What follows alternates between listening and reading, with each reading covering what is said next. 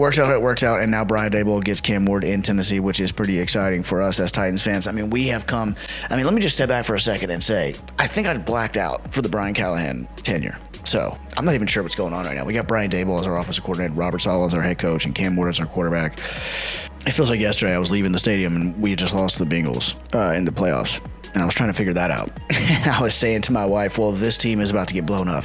And god dang did it. And now somehow we're here with a top 5 pick and Cam Ward and Brian Daboll and Robert Saleh. More on Brian Daboll per multiple sources. Daboll was easily one of the most coveted OC candidates in this cycle. After being fired by the Giants, Daboll connected with GM Mike Borgonzi to express how much he loved Cam Ward and his interest in Tennessee. Daboll and Borgonzi have prior history dating back to 2012.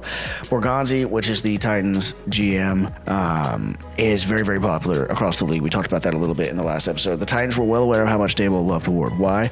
Sources say the Giants made a massive push last year to trade up for the number one for Ward, offering the number 3 pick, a 2025 first rounder, and multiple day 2 picks. The Titans declined. Titans GM Mike Borgonzi put on a full court press to land Daboll as OC, regardless of who the head coach would be. Jesus. When Robert Saleh, I've spelled Robert Saleh so wrong so many times already. Saleh emerged as their head coach choice. Saleh was already on board with Daboll. The Bills' head coach job opening threw a wrench into things as Daboll understandably had interest there. Borgonzi and Saleh stayed persistent. Once Buffalo went with Joe Brady, Tennessee immediately got Daboll on a plan to finalize the deal in a year with 18 offensive coordinator openings. Golly, so you got 10 head coach openings and 18 offensive coordinator openings. The Titans believe that they landed the top candidate of them all, which I would agree with. Looking over here at the comments a little bit, not sure about y'all, but I feel so good about our future. I wasn't nearly this optimistic after we hired Callahan a couple years ago. I would agree with that. Even having Saleh and Daboll both having been fired in that time period, I will still take that team up.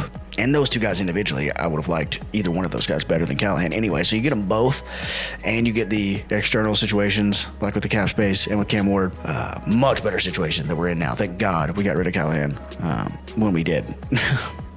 Letting Borgonzi and Brinker do their jobs instead of each other's jobs will be a catalyst for a turnaround within this organization. On this post, you also have a great hire by Robert Saleh on the Titans, 1,300 likes. That's a great hire. As a Giants fan, happy to see it. Wow, Saleh and Daboll is crazy. Great job, Tennessee.